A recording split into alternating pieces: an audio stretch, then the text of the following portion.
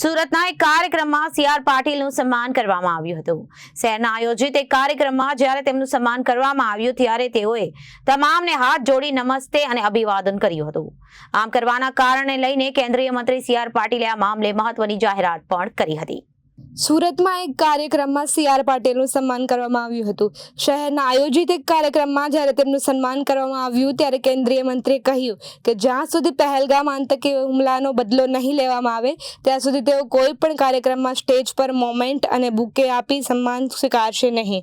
મહત્વનું છે કે સુરતમાં આજે ગ્લોબલ ઇવેન્ટર કોન્ફરન્સનું આયોજન કરવામાં આવ્યું હતું. આ કાર્યક્રમમાં અતિથિ વિશેષ તરીકે કેન્દ્રીય જળ શક્તિ મંત્રી અને પ્રદેશ અધ્યક્ષ સી.આર. પાટીલ ઉપસ્થિત રહ્યા હતા.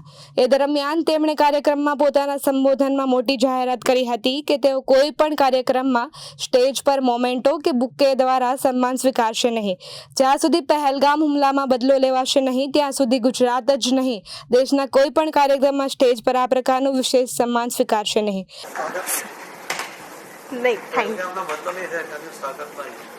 નહીં, સ્વાગત નથી, ખાલી મોમેન્ટો છે ખાલી.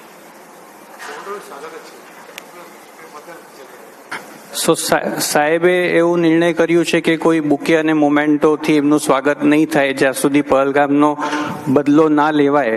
એટલે ખાલી આપણે ગ્રુપ ફોટો માટે અહીંયા ઊભા થયા છે. Bureau report Janadesh news.